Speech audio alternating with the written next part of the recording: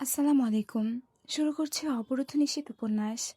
লিখেছেন তেজস্মিতা মুর্তজা। পর্ব সংখ্যা ৫১। অন্তু চুপচাপ ঘরে ফিরে এসেছিল। ডাইনিং স্পেসের কমন বাথরুমটার দরজায় জোরে জোরে শব্দ করল। যেন মনে হলো সে বাথরুম থেকে বের হলো অনেকক্ষণ পর। সাথে ১ গ্লাস পানি আর ২টো রুটি নিয়ে রুমে এলো। উদ্দেশ্য জয়কে বোঝানো। সে খাবার পানি আনতে গেছিল। জয় চোখ বুজে শুয়েছিল। ঘুমন্ত কিনা বোঝা যাচ্ছিল না। সকালটা খুব স্বাভাবিক কাটল। অন্তুর চেহারাটা ভেঙে গেছে। চোখের নিচে কালি, ফর্সা মুখে বিভিন্ন প্রকার দুশ্চিন্তার ছাপ, কালচে ছোপ। রিমি এবং সে পাশাপাশি দাঁড়িয়ে রান্না করল। তবু বিশেষ কথা হলো না। সবার সব কথা বুঝি ফুরিয়ে গেছে বাড়ির। তরু আসছে, টুকটাক কাজকাম করছে, তুলির মেয়েটাকে দেখাশোনা করছে। হামজা বেরিয়ে গেল। অন্তুর ধারণা হামজা সামনের সিঁড়ি দিয়ে নেমে বাগানের লোহার গেট দিয়ে গ্রাউন্ড ফ্লোরের কুঠুরিতে ঢুকেছে। অন্তু পুরোটা বেলা নিজের ঘরে বসে রইল। অনেকদিন পর বই খাতাগুলো নেড়েচেড়ে দেখল সে। একসময় পড়তে বসলে আব্বু এসে চুপটি করে পাশে বসত। অনেকক্ষণ চুপচাপ চেয়ে দেখত পড়তে থাকা অন্তুকে। ঠিক যেন অন্তু তখনও প্রাইমারি স্কুলের ছাত্রী। অন্তু আমজাদ সাহেবের কাছে কোনোদিন বড় হয়েছিল না। তারপর ঝাপটাটা এলো কবে? অন্তু নিজের ভুলগুলো ভাবে এক মনে বসে। সে কথা বেশি বলে, খুব বেশি কথা বলে। অথচ লোকে তাকে গম্ভীর ভাবত। তারা জানে না সে অজায়গায় চুপচাপ সহ্য করতে পারে না। তার অনেক ভুল। তার কারণে গোটা পরিবারটা তছনছ হয়ে গেছে। সে প্রচণ্ড স্বার্থপর, আত্মকেন্দ্রিক মেয়ে। মহানুভবতা নেই ভেতরে। অন্তু টের পেল। আব্বু এসে পাশে বসেছে। জয় উল্টো দিক ফিরে শুয়েছিল। তখন সকাল ৯টা। আব্বু জিজ্ঞেস করল, এখন কি চাস অন্তু? ভুলগুলো শুধরাতে।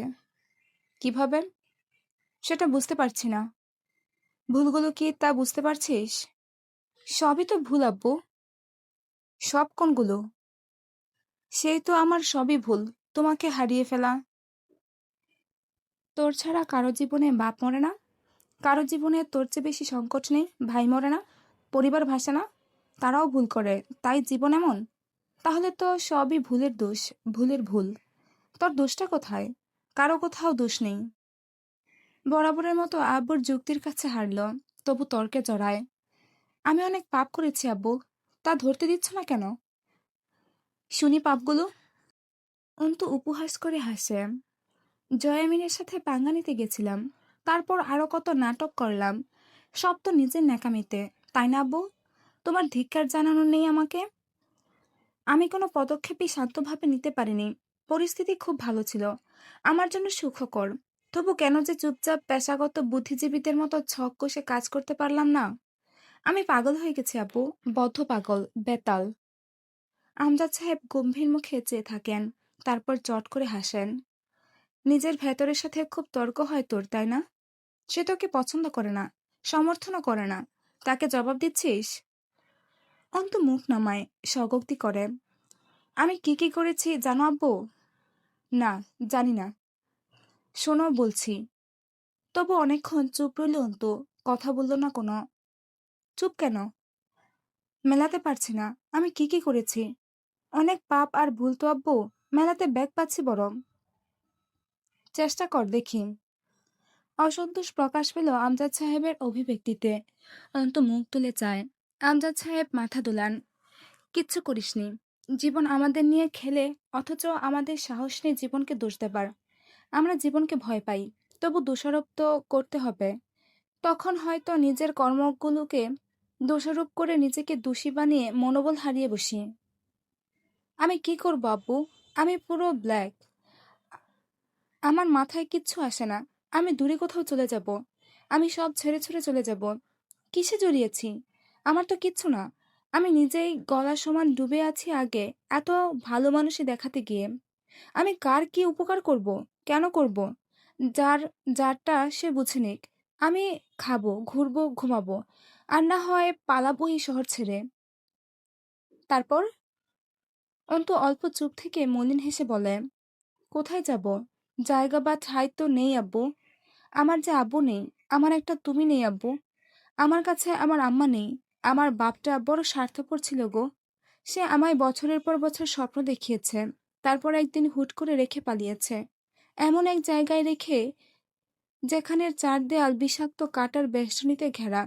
অল্প নড়লেও আঘাত অনিবার্য, অনস্বীকার্য। তো দমে যাবি? কি করতে বলো? অন্তু চড়ে উঠল। হেসে মাথা দোলালেন আমজাদ সাহেব। তোকে উকিল হতে হবে অন্তু, আরো স্বার্থপর হতে হবে। আমার আদেশ রইল, এর পেছনে যুক্তি খুঁজতে যাবি না। লোকে তোকে সর্বোচ্চ পাপের কাতারে দাঁড় করাক, তুই বাকি জীবনে তোরটা আদায় করতে যা করতে হয় সব করবি। কি বললাম? সব। যেটা অযৌক্তিক হোক অথবা অল্প পাপ, অথবা হোক খাঁটি স্বার্থবাদিত্ব। আমার কি করার আছে? আমি কেন জড়াচ্ছি নিজেকে? কোথা থেকে কি হচ্ছে আমার সাথে? চারপাশে কি চলছে? কেন? কবে থেকে? কিভাবে? অন্তবদ্ধ পাগলের মতো ছটফট করতে থাকে। শান্ত হ। বল তোর ভুলগুলো কি কি? কি কি ভুলের জিম্মেদার ভাবিস নিজেকে? আমার ভুল? হ্যাঁ, তোর মতে তোরই তো। শুনি বল। সে তো অনেক।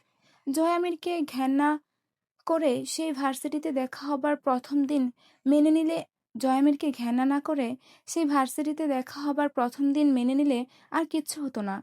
এরপর যা সব হয়েছে সেসব হতো না। খালি পলাশের সাথে একবার দেখা হতো অন্তিকের বদৌলতে। হুম। আর?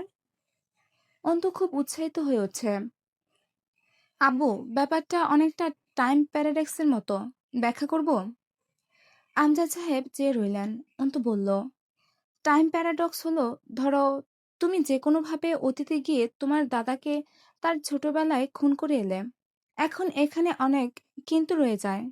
তোমার দাদা যদি তার ছোট বয়সে খুন হয়ে যায়, তাহলে সে বড় হয়নি, বিয়ে করেনি, অর্থাৎ তোমার বাবার জন্ম হয়নি। আর তোমার বাবার জন্ম না হলে তুমি জন্মালে কোত্থেকে? আর যদি তুমি জন্মেই না থাকো, তাহলে তোমার দাদাকে খুনটা করলো কে? আমজাদ সাহেব মৃদু হাসলেন। সমাজবিজ্ঞান ছেড়ে কিসে মন দিয়েছিস? মলিন হাসি অন্তু। সমাজবিজ্ঞান? যে সমাজের সিস্টেম এবং বসবাসরত এক একটা মানুষের দৃষ্টিকোণকে আমি মৃত্যুর মতো ঘেন্না করি, সেই সমাজবিজ্ঞান নিয়ে ভাবার রুচি কোথায় আব্বু? সে তুমি যাই বলো, বিষয়টা মিল না। বুঝতে পারছি না। আমি বুঝতে পারছি খুব।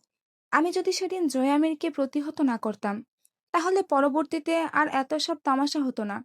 আর তামাশা যখন হয়েছে একবার প্রতিহত করার ফলে, আর প্রতিহত যে একবার করতে পারে সে কি আর পরের বার মেনে নেয়? আজীবনেও মেনে নেয় না। তুমি বলতে পারো আব্বু। এখনো বলছি। তাহলে তো হলোই। এ তো চিরধার্য ছিল। তাহলে আর ভুল বলিস কোনটাকে? ভুল? অন্তু হাসে। সবই ভুল। জন্মানো ভুল, বেঁচে থাকা ভুল। কি চাস? দূরে যেতে। আমি আর নিতে পারছি না। তাতে কি হবে? আমি ফুরিয়ে যাব। এটাই চেয়েছিলি? পারছি না নিজেকে আটকাতে। কি করতে বলো? মোকাবেলা করার শক্তি, বুদ্ধি অথবা দক্ষতা আমার নেই। আমি যা করি তাই ভুল হয়ে যায়। অথচ আমার ধারণা সেসব আমি না করলে ভুল হতো না। অর্থাৎ ব্যাপারটা এমন, যা আমি করব তা ভুল, যা ভুল তা আমি করব। আধ্যাত্মিকতা? হতে পারে। ওইসবই মাথায় ঘুরছে আজকাল। এই ক্লান্তির শেষ দরকার, বুঝলে? তাতে আমি ভিলেন হব, অযৌক্তিক আর খারাপ হব। হয়ে যা। কিন্তু কি করব? কিচ্ছু করিস না, সুযোগ বলবে। আর বাচ্চাগুলো? যেগুলোকে তুই ভুল বলিস, এই ভাবনাগুলোই সেগুলো অন্তু। তোকে এত প্রতিবাদী হতে হবে না। স্বার্থপর হ। লোকের বাহবাসহ জীবনে সব পাবি। সত্যি নাকি? হতেও পারে, নাও হতে পারে। দায়সারা কথা বলছো? জীবনটাও তো দায়সারাই অন্তু। চলছে না তবু চালাও, পারছি না তবু পেরে ওঠো। কোনো মতো কেটে গেলে মৃত্যু। দায় সারতেই আমরা জীবনকে টানি, কোনো মতো শেষ ধারে পৌঁছে দিয়ে দায় সারি। অন্তু এবং আমজাদ সাহেব বসে থাকেন পাশাপাশি। কেউ অনেকক্ষণ কোনো কথা বলে না। হঠাৎই আমজাদ সাহেব বলেন, অন্তু। হুঁ আব্বু। তুই কোনো ভুল করিসনি। আজ অব্দি তুই যা করেছিস তা একটাও ভুল ছিল না, আর না ছিল বোকামি। তুই যে কতটা শক্তিশালী তা তুই জানিস না। গভীর দৃষ্টিকোণ ছাড়া বোঝা যাবে না। তোর প্রতিটা কাজের বহুল ব্যাখ্যা আর যুক্তি আছে। সেসব বোঝার দৃষ্টিকোণ সবার থাকে না। পরিস্থিতি মাফিক সব ঠিক ছিল। সবশেষে হতে পারিস তুই ভুল অথবা ঠিক, তাতে যায় আসে না। যা মন বলবে করবি। পিছুটান নেই কোথাও। সবাই পিছুটান রাখলে সবাই যে মায়ার গোলাম হয়ে পড়বে। মায়ার গোলামেরা অধম হয়। পরিবার পরিজন সুন্দর জীবনের আশায় ব্যক্তিত্ব ত্যাগ ভালো নয়। তারা এক একটা অদামি অকর্মণ্য। আব্বু, আমি ভুল করেছি, আর তার ফলে এসব ঘটছে। কোনটা ভুল অন্তু? আর এসব থেকে বাঁচতে কি করার ছিল? তুই ওই কবিতা পড়িসনি? এক লোক রাস্তায় বের হতো না গাড়ি চাপা পড়ার ভয়ে, নৌকা চড়তো না ডুবে পড়ার ভয়ে, ফ্যান চালাতো না ফ্যান ভেঙে পড়ার ভয়ে। ওই জীবনযাপন করলে সব ঠিক থাকতো? জীবনে টানাপোড়েন আসবেই, তার শর্ত জন্মগ্রহণ করা। আর জন্মগ্রহণের পর আর ধারাবাহিকতা থামানো যায় না। এসব ভাববি না। আব্বু, গতকাল তুলি আপু বলছিল জয় আমির আমার ঢাল। হুম, ঢাল। আগুনের তৈরি জ্বলন্ত ঢাল।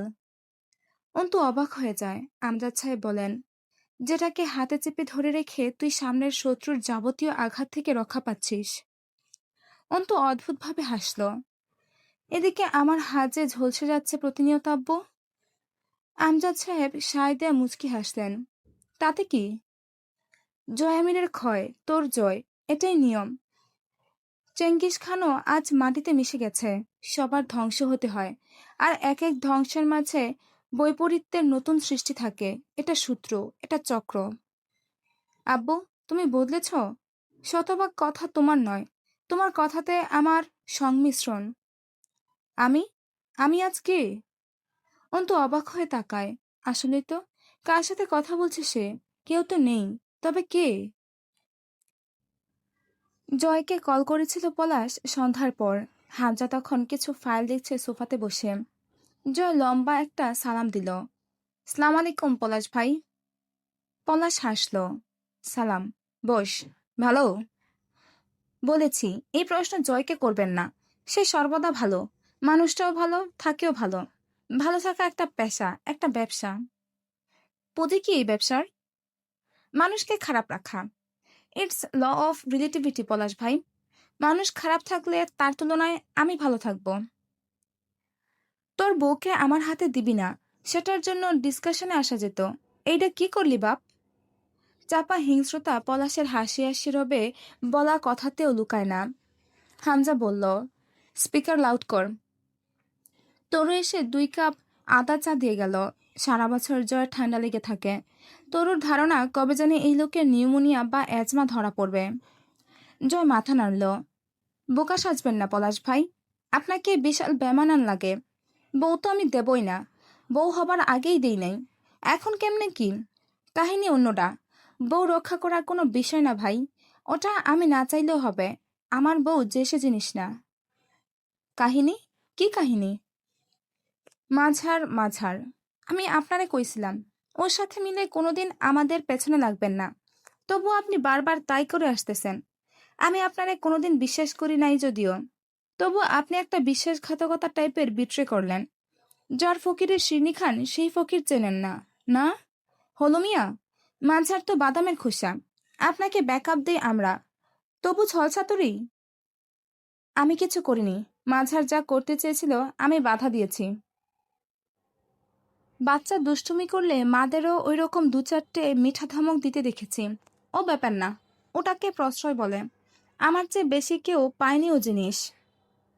তুই ভুল বুঝে কামটা ভালো করিসনি বাপ। এইটা একটা কথা বললেন? ইমেজ নষ্ট করা কথা। আমি জীবনে ভালো কাম করিনি। এটা আমার পার্মানেন্ট ইমেজ। অথচ আপনি এমন টেনে কথাটা বললেন যেন রোজ ভালো কাম করি। আজ একটা খারাপ করছি। এটা হইল না। আমি মরবো খুব তাড়াতাড়ি। তবু শুধরাবো না, নিজেকে কন্ট্রোল করব না। ছোট্ট জীবনে অত ভাবনা চিন্তা করি না। যখন যা মনে চাই করি। কল রাখেন। কল করে ফ্যার করার চেয়ে আমার পেছনে বাঁশ না কঞ্চি দেবেন, সেটা দেবেন কিভাবে সেই সব পরিকল্পনা করেন। ইয়া হাবিবি, আল্লাহ হাফেজ। হামজা কপালে হাত চেপে হেসে ফেলল। জয় বলল, ঘাবলা আছে ভাই। ওর মতন মাতানষ্ট পাগলশালা এমন বাংলা সিনেমার মতো সরল ফোনালাপ করতে কল লাগাইছে। কাহিনীটা অ্যাডজাস্ট হচ্ছে না শরীরে, কিরমির করতেছে। হামজা শান্ত স্বরে বলল, তোর ফোন ট্র্যাক ডাউন করার জন্য হতে পারে। এত উন্নত ডিভাইস তো কোনো এসবি ডিপার্টমেন্টেও নাই। ওর কাছে থাকলে কি? তা মানে বুঝছো? দিনাজপুরে নেইও। আই গেস ঢাকাতে কোথাও আছে। কঠিন প্ল্যান প্রোগ্রাম চলছে। কাগজপত্র ছুঁড়ে ফেলার মতো টেবিলে ফেললো হামজা। একটাতেও মনের মতো কিছু নেই। জয়কে বলল, এগুলো স্টেটমেন্ট। এসব রাজধানীতে পাঠালে উপর মহল মাজায় লাথি ছাড়া কিচ্ছু দেবে না। কল করে কাউকে ডেকে বসে রইল দুজন চুপচাপ। আদা চা ঠান্ডা হয়ে এসেছে। শরবতের মতো সেই চা জয় শব্দ করে বাচ্চাদের মতো চুমুক দিয়ে খেতে লাগলো। হামজার উপলমহর দেশের ক্ষমতাসীন দলের মহাকর্তারা। তারা অবিনিময়ে কিছু করে না। বিরোধী দলের ছেলেদের আটক করা, অত্যাচার করা, মিথ্যা অপরাধ সাজিয়ে কারাগারে ঝুঁকানোর মতো কাজগুলো হামজার মতো উঠতি নেতাকর্মীদের উপর ন্যস্ত করা হয়। তাদের প্রফিট তাদের তাদের প্রফিট তারা কাজের স্কোর অনুযায়ী নির্বাচনের আগ আগ দিয়ে পেয়ে যাবে। নীরব চুক্তিটা এমন হয় যে যতটা ভালো কাজ দেখাতে পারবে, ক্ষমতা পাবার ক্যান্ডিডেটদের মাঝে তারাই অবশ্যই অগ্রগামী থাকবে। হামজা যা করছে, যা করতে চাইছে, 2018 এর সংসদ নির্বাচনে একটা মনোনয়ন পাবার সম্ভাবনা নেহাত কম নয়। Down party মাঝার। সে মানতে পারল না বিষয়টা। প্যাচ লাগালো, কঠিন প্যাচ। যে কাজ হামজা এবং জয় মাসখানেক আগে করে ফেলতে পারত, তা গতরাতে সম্ভব হয়েছে। মাঝারকে পুরোটা সমর্থন ও সহায়তা দিয়েছে পলাশ। নয়তো পলাশের বাপ বেকার বসে আছে। দলছুট হয়ে গেছে। তারা এখন আমজনতার চেয়ে বেশি কিছু না। শত্রুর শত্রু নিজের বন্ধু। মাঝার নীতিটা পালন করেছে। পলাশের ব্যবসায়িক পার্টনারশিপের জেরে মাঝার হামজাদের অধিকাংশ কাজের খোঁজ পলাশের কাছে থাকে। পলাশ তা লিক করত মাঝারের কাছে। মাঝার নিজেই ক্ষমতাসীন দলের চামচামি করলেও এবার হিংসাপরায়ণতা তাকে বিরোধী দলকে গোপন তথ্য দেবার কাজে নিয়োজিত করেছিল। অ্যালার্টেশন পেয়ে পেয়ে ওরা নিজেদের গুটিয়েছে। জয় হামজার পেরেশানি চরমে পৌঁছেছিল। দিনের পর দিন দুই ভাই ছুটেছে। শেষ অবধি বাচ্চাগুলোর অসহায়ত্বের চিত্র, ভিডিও, বিবরণ তাদের সফল করেছে। অতগুলো বাচ্চার জীবন বাঁচাতে তাদের ধর্মের বড় ভাইয়েরা ছুটে আসবে না, তা হয় নাকি? ধরা দিয়েছে। শর্ত ছিল বাচ্চাদের ছেড়ে দেয়া। হামজা দেয়নি। ওরা জানের ভয় অল্পও পায় না। বাচ্চাদের ছেড়ে দিলে ওরা মৃত্যু কবুল করবে, তবু কোনো জবানবন্দি দেবে না। আজ বাচ্চারা পেট পুড়ে খেয়েছে। খেতে পায়নি তাদের আমিরেরা। খেয়েছে মার। সেসব হজম করতে না পেরে লুটিয়ে পড়েছে কেউ কেউ জ্ঞান হারিয়ে। হ্যাংলা পাতলা চেহারার রন্টু এসে দাঁড়ালো হামজার সামনে। কপালে হাত ঠেকিয়ে মাথা নুইয়ে সালাম ঠুকল। সে হাঁপাচ্ছে। হামজা জিজ্ঞেস করল, কি অবস্থা? ভাই পাথরের মতো মার খাইতেছে, তবু কথা কয় না। আমার কাছে আবার অজুর পানি চাইছে, ঈশার নামাজ পড়ব। জয় উঠল, এক মগ পানি নিল বাথরুম থেকে। হলরুম থেকে বেরিয়ে যাবার সময় হামজা ডাকে, কোথায় যাচ্ছিস? জয় ফিরে তাকায়, একটু সাক্ষাৎ করে আসি, আর অজুর পানি দিয়ে আসি। আঘাত করিস না এখন আর। করব না। রন্টু ডাকে, ভাই। আনমনে জবাব দেয় হামজা, হ্যাঁ ভাই, একটা কথা কই। বল। আগে বহু তেমন কেস সালটাইছি, একটু মারলেই ওগরে ধর্ম টর্ম সব ঘোরের ভিতরে পালায়। এরকম শক্ত জান দেহি নাই। ভাই আমার কাছে আবার অজুর পানি চায়, একটু টু শব্দ করে না, ব্যথাও লাগে না মনে হয়। কেডা ভাই এটা? আগেও বহুত শিবিরের সাওয়ালের খালাস করছি। ওরা মরার আগে বাঁচতে চাইছে, নামাজ কালাম পড়তে চায় নাই। আজকের বাকিগুলোও ওই লোকটার মতন না, অত শক্ত ছিল না। এইটা আলাদা। হামজা শান্ত চোখ তুলে তাকালে রন্টু ঢুকিল। ভয়ে আর কথা বলল না, চলে গেল দ্রুত হামজার সামনে থেকে। নিচতলার আঙিনা পার্টির ছেলেদের আনাগোনায় গমগম করে সারাক্ষণ। নিচে যেন বহুদিন ব্যাপী উৎসব চলে সারা বছর পাটোয়ারি বাড়িতে। সেটা আরো বেড়েছে হুমায়ুন পাটোয়ারির মৃত্যুর পর। এক গাদা সৈন্য মোতায়েন রেখে দুই ভাই বেরিয়ে গেল সন্ধ্যার আগে। চারিদিকের ঝামেলা সামাল দিতে হচ্ছে একসাথে। অন্তু বেশ কিছুক্ষণ বারান্দায় দাঁড়িয়ে দেখল নিচের আঙ্গিনায় ভেতর বাড়ির পাহারাগুলো। ক্লাব ঘরে আগুন লাগার পর থেকে ওখানের আড্ডাটা তুলে এনে এখানে বসানো হয়েছে যেন। রাতের রান্না চুরিয়েছে তরু। অন্তু চুপচাপ দাঁড়িয়েছিল। কত রকম ভাবনা মনে মনে খেলা করে যায়। জয়ামিরের উপর সে কৃতজ্ঞ। জয়ামির তাকে বাঁচিয়ে রেখেছে, কৃতজ্ঞ সে। ঠিক যেমন মানুষ কৃতজ্ঞ থাকে অ্যান্টিবায়োটিক ওষুধের উপর, যেটা রোগ সারানোর সাথে সাথে শরীরের ইমিউন সিস্টেম দুর্বল করে, শক্তিমত্তা হনন করে, মাসখানেকের জন্য অকেজো করে মানবদেহকে এবং বৃক্কে এক প্রকার স্থায়ী ক্ষতি সাধন করে যায় চলমান হারে। জয়ামির ধার্য রাসায়নিক দ্রব্যগুলোর মতোই ভালো। অন্তু এসব ভেবে হাসে। রিমি এসে কখন পেছনে দাঁড়িয়েছে টের পায়নি। জিজ্ঞেস করল, কিছু বলবেন? আপনার রুম বহু দূরে, কানে কিছুই আসে না না? হবে হয়তো, তাতে তো ভালো, কান ভালো আছে। আমার নেই। ঘর পরিবর্তন করুন। মুখ ফিরিয়ে অনীহার সাথে বলল অন্তু। আপনার কি হয়েছে আরমিন? অন্যরকম লাগছে। শুধরাতে চাই নিজেকে। মানে? কেন এসেছেন? চাবি এনেছি। ফিরিয়ে নিয়ে গিয়ে রেখে দিন জায়গার চাবি জায়গায়। আপনি যাবেন এখন বড় ঘরে? প্রশ্নই ওঠে না। আমি নিজের আর বিপদ বাড়াবো না। এই বিপদে পড়ার ফলে কার কার ওপর যে কৃতজ্ঞতা রাখতে হচ্ছে রিমি, ভাবতে পারেন? আমি বিপদে আছি, তা থেকে প্রোটেক্ট করছে আমায়, আর আমার তার উপর কৃতজ্ঞতা রাখতে হচ্ছে। এর চেয়ে আর কি খারাপ খেসারত শুনলাম? এটাই সবচেয়ে কঠিন। তাই আর বিপদ নয়, আর না নতুন কৃতজ্ঞতা। এত অহংকার আপনার? ভুলভাল শব্দ উচ্চারণ করছেন রিমি। ওটা আত্মমর্যাদা বোধ। কোনো পাপিষ্ঠর উপর কৃতজ্ঞতা বোধ এক প্রকার আত্মগ্লানি। এত আত্মগ্লানি বইতে পারছি না। ওদের প্রতিটা আঘাতের আত্মচিৎকার আমাকে পাগল বানিয়ে দিচ্ছে। এতদিন এভাবে টর্চার করা হয়নি ওদের। হয়নি, এখন হবে। খারাপ কি? তাতে আমারই বা কি? আমি মানুষ, সাধারণ এক অসহায় মেয়ে। আমার ক্ষমতা নেই ওদের সহায়তা করার। এমন কেন করছেন? কেন এত শক্ত হচ্ছেন কেন? প্লিজ আরমিন, আপনি সাহসী। আমি পারি না ওসব দেখতে, মোকাবেলা করতে। আপনি পারেন, আপনার সাহস আছে। অন্তু শক্ত গলায় চিবিয়ে বলল, সাহস? কিসের সাহস? হারানোর সাহস, তাই তো? বাপ, ভাই, কেরিয়ার, সুন্দর জীবন সব হারিয়ে ফেলার বোকা সাহস আছে, তাই তো? অথচ আপনারা চালাক, নিজেদের গা বাঁচিয়ে যা হয় করেন। আপনাদের কোনো শত্রু নেই, ক্ষয় নেই। ডেমন মি। এই কথাগুলো বলতে বুঝতে এতগুলো দিন লেগে গেছে আমার। রিমি কেমন কাতর হয়ে উঠল। আমি মানছি, সব মানছি, কিন্তু ওদের শরীরের ব্যথার কাতরানের আওয়াজ সহ্য হচ্ছে না আমার। আপনি একটু দেখে আসুন, পায়ে পড়ি আরমিন। যান বড় ঘরে একবার। সমস্ত ভার আমার। ওরা এখনো ব্যথায় ছটফট করে চিৎকার করছে, আমার কানে শুইছে না। সিঁড়ির দরজা খুলতে এই দিন অন্তর খুব হাত কেঁপেছিল। সে জানে না ভেতরে কি দেখবে। সেই কণ্ঠস্বর, সেই বিদ্রোহী সঙ্গীতের মালিক। বড় ঘরে পা রাখতে পা টলছিল খুব, হাত পা জড়িয়ে আসছিল। পশ্চিম কোণের লোহার দরজার ওপাশে ছেলেদের আওয়াজ আসছে। ওরা যদি ভেতরে ঢুকে আসে, কি করে সামাল দেবে সে? খালি হাত তার। সে কম্পিত পায়ে বড় ঘরের ভেতরে গিয়ে দাঁড়ায়। গড়া পাওয়ারের স্পটলাইট ঝুলছে মাথার উপরে।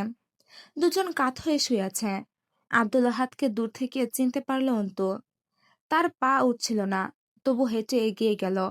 ওরা সবাই মিলে আহতদের সেবা করছে। অন্তু মাঝে গিয়ে দাঁড়িয়ে পড়ে। চারজন নতুন পুরুষ, দুজন পড়ে আছে। একজন পা ছড়িয়ে বসে পায়ের ক্ষততে হাত বোলাচ্ছে। রডের আঘাতে ছিন্নভিন্ন হয়ে গেছে চামড়া।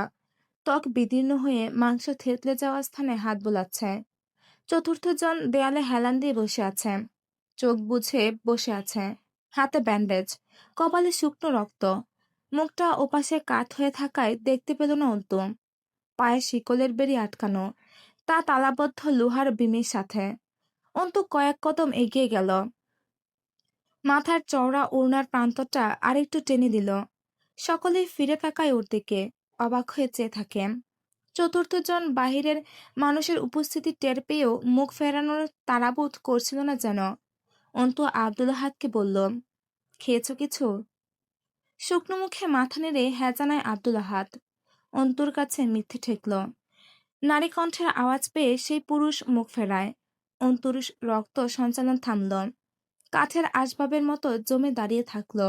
সেই চোখ, রুমালের বাঁধা মুখোশের আড়ালে যে চোখ দুটো তেজস্ক্রিয় রশ্মির মতো জ্বলজ্বল করে জ্বলছিল সেদিন, সেই চোখ জোড়াকে অন্তু ভুলবে কোনোদিন?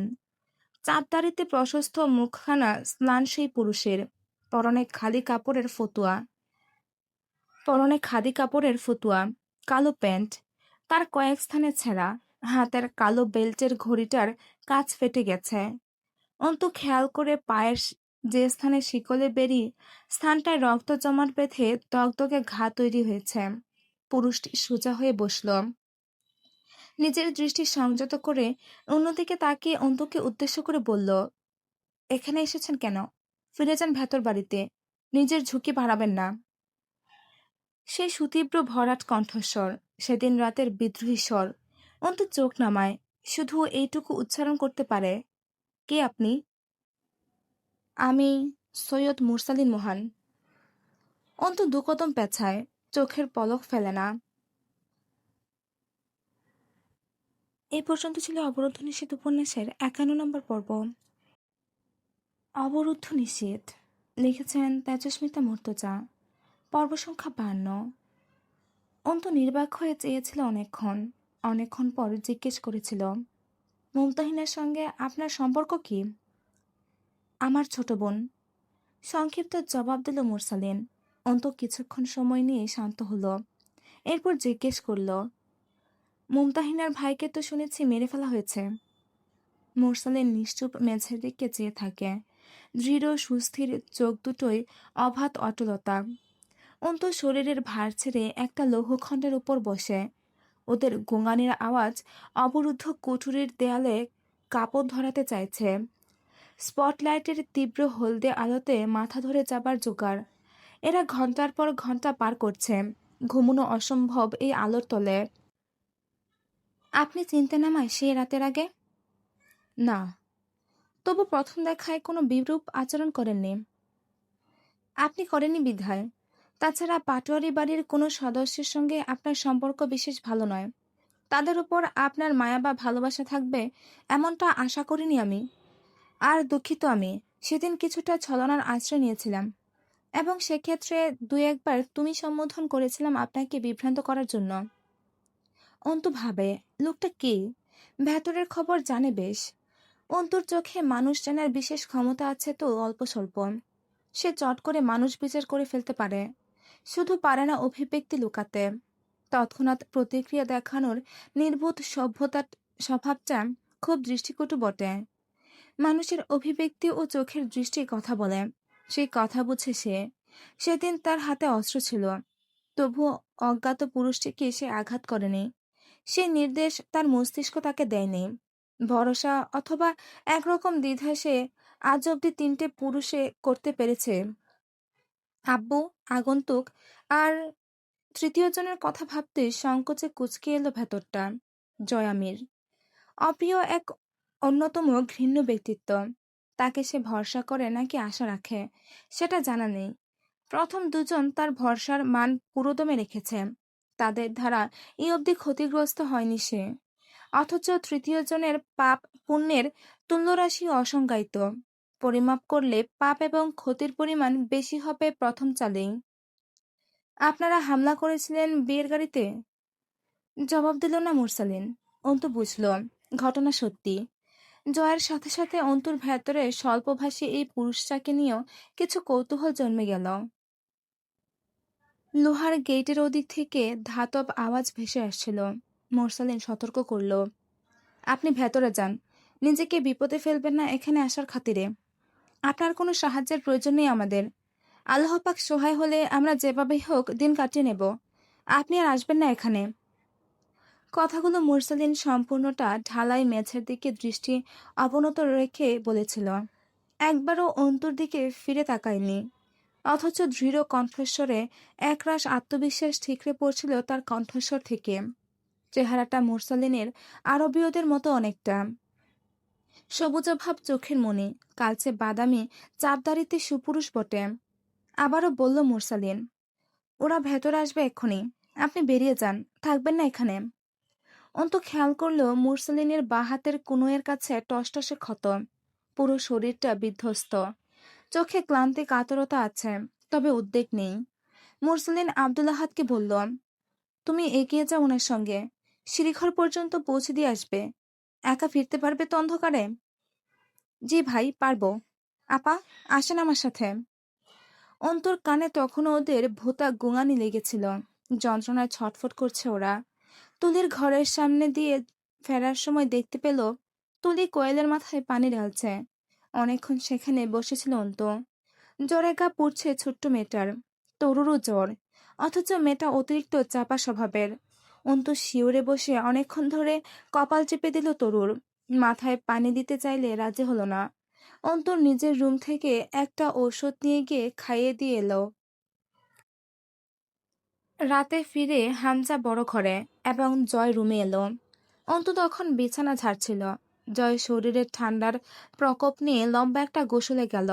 গায়ে পানি ঢালছিল আর গান গাইছিল গলা ছেড়ে। কেমন আছেন বেআইন সাব? বুকে বড় জ্বালা। কিসের জ্বালা বেআইন সাব? নয়া প্রেমের জ্বালা। এই জ্বালাতে মরে নাই কোন শালি শালা? গোসল করে এসে বলল, ঘরওয়ালি, খাবার রুমে আনো। অন্তু চুপচাপ আনল। জয় বেহায়ার মতো আবদার করে, খাইয়ে দাও। অন্তু বেশ নরম সুরে বলল, আপনি খেয়ে নিন, আমি পড়তে বসবো। জয় আস্তে করে বলে, হাত কাটা। অন্তু দেখল জয়ের হাতে ব্যান্ডেজ জড়ানো। আশ্চর্য লাগে তার, একটা মানুষ মাসে কয়বার আহত হয়। অন্তু ধারণা করল মুরসালিনের কপালটা বোধহয় জয় ফাটিয়েছে। বিয়ের দিন আঘাত পেয়ে কপালের পাশে বিশাল জখম হয়েছিল, তার শোধ। অন্তু খাওয়াতে বসতো প্রথমবার। জয় তাকিয়েছিল। এক পর্যায়ে বলল, পাখির আহার করাচ্ছ শালি? তোমার হাতের 4 বারের খাবার আমি একবারে মুখে ঢুকাই। অন্তু হেসে ফেলল। জয় অবাক হয়ে চেয়ে থাকে। হাসছো? তুমি? তুমি? অন্তু বড় এক লোকমা তুলে দিল জয়ের গালে। তারপর কত শান্ত আর বয়স্ক মেয়ের মতো বলল, আপনি আমায় হাসতে দেখেননি না? দেখার কথা নয়। সামনে এলেই পশুর মতো আচরণ নিয়ে এসেছেন, তখন হাসি পাবার নয়। আমি মেজাজ খারাপ নিয়ে হাসতে পারার মতো ভারী বুদ্ধিমতী নই। আজ কি ভালো আচরণ করতেছি? শুয়ে গেছে। মনোযোগ পুরোটা তার ভাতের প্লেটে। জয় অপলক অন্তুকে দেখল শুধু। প্রকাশে ঠিক যেমন নিখুঁত অবহেলা, নীরবেও অন্তর অবহেলা তেমনই নিখুঁত। টের পাওয়া যায়, কিন্তু অভিযোগ করা যায় না। তবু আগে কখনো এত শান্তিপূর্ণ মুহূর্ত আসেনি তাদের মাঝে। অন্তুকে সে অন্তত প্রথমবার হাসতে দেখল আজ। মলিন হাসি, তবু দেখতে সুন্দর। আমার মনে হয় তুমি জন্মেছিলে গুমরামুখ হয়ে। না তো। তাই নাকি? তাই। জয় মাথা তোলায় দুদিকে। হুম। অন্ত মৃদু বিরোধ জানায়। হাসতে ভুলেছি কিছুকাল হলো। তার আগে ক্ষেত্রবিশেষ খুব চঞ্চল আর সরল মেয়ে ছিলাম, এটা স্বীকার করছি। আমি বরাবরই একটু মারাত্মক করা। অন্তু হাসল মৃদু, দুপাশে মাথা নাড়ল। আমি মায়া করতে, প্রতিদান দিতে, সম্পর্ক রক্ষা করতেও জানি। আমি অন্তর দিয়ে খুব তীব্র ভালোবাসতেও জানি। কলিজায় টান লাগলে খুব অসহায়ের মতো হাউমাউ করে কাঁদতে জানি। আবার আঘাতকারীকে এতটা জ্বালাতন দিতেও জানি যে লোকে তখন আমাকে স্বার্থপর ভেবে বসবে।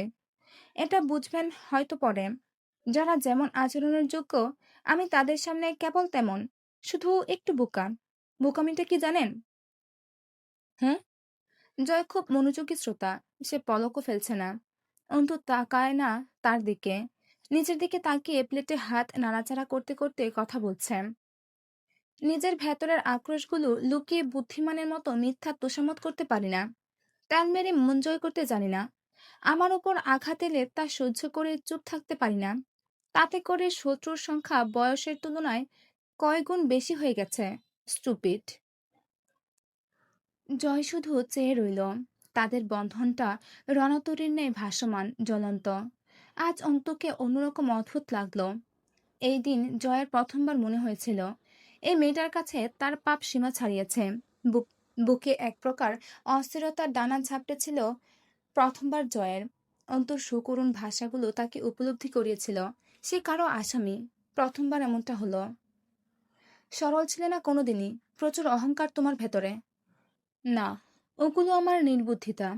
আমি নিজের কষ্ট ও দুর্বলতাকে পুঁজি করে মানুষের সহানুভূতি কমাতে আগ্রহী নই কখনোই। ব্যক্তিগত দুঃখকে মুখে করে ঘুরে নিজেকে অসহায় দেখাতে পারি না।